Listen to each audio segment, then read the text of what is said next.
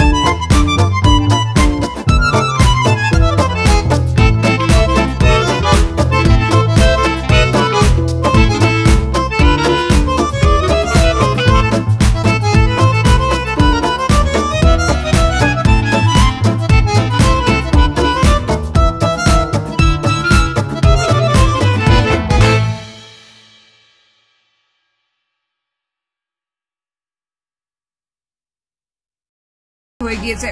ওই সংস্থার চেয়ারম্যান নিশান্ত পিট্টি সমাজ মাধ্যমে জানিয়েছেন, দুই দেশের বিরুদ্ধে ভারতীয় পর্যটকেরা যে অবস্থান নিয়েছেন তিনি তা সমর্থন করেন, তবে যে বুকিং রয়েছে ভোগান্তি এড়াতে তা সংস্থার তরফে বাতিল করা হচ্ছে না। 2024 সালের পরিসংখ্যান বলছে প্রায় 2.5 লক্ষ পর্যটক ভারত থেকে ওই বছর আজারবাইজানের গিয়েছিলেন। ওই বছর তুরস্কে গিয়েছেন ভারতীয় 3.3 লক্ষ পর্যটক। দুটি দেশের অর্থনীতি যথেষ্ট পুষ্ট হয় পর্যটন থেকে। তুরস্কের জিডিপির 12% আসে পর্যটন থেকে। ভারতীয়দের বুকিং বাতিলের প্রভাব তাতে পড়তে পারে বলে আশঙ্কা করেছেন কেউ কেউ। প্রসঙ্গত উল্লেখ্য, এপ্রিল মাসে ভারত শাসিত কাশ্মীরের পাহালগামে একটি সন্ত্রাসী হামলা হয়, যাতে 26 জন বেসামরিক নাগরিক নিহত হন।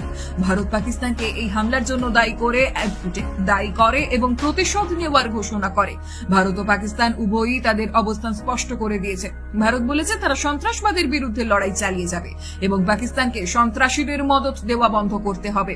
অন্যদিকে পাকিস্তান বলছে তারা ভারতের অভিযোগ অস্বীকার করে এবং তাদের সার্বভৌমত্বকে সম্মান করতে হবে। আন্তর্জাতিক মহল এই পরিস্থিতিতে উদ্বেগ প্রকাশ করেছে এবং দুই দেশকে শান্তি ও সংলাপের মাধ্যমে সমস্যা সমাধানের আহ্বান জানিয়েছে। মার্কিন প্রেসিডেন্ট ডোনাল্ড ট্রাম্প যুদ্ধবিরতির ঘোষণা দিয়েছেন এবং দুই দেশকে আলোচনার মাধ্যমে সমস্যা সমাধানের জন্য উৎসাহিত করেছেন। ভারত ও পাকিস্তানের মধ্যে বর্তমান পরিস্থিতি একটি অনিশ্চিত ভবিষ্যতের দিকে ইঙ্গিত করছে। দুই দেশের মধ্যে শান্তি ও সংলাপের মাধ্যমে সমস্যা সমাধান না হলে পরিস্থিতি আরো জটিল হয়ে উঠতে পারে।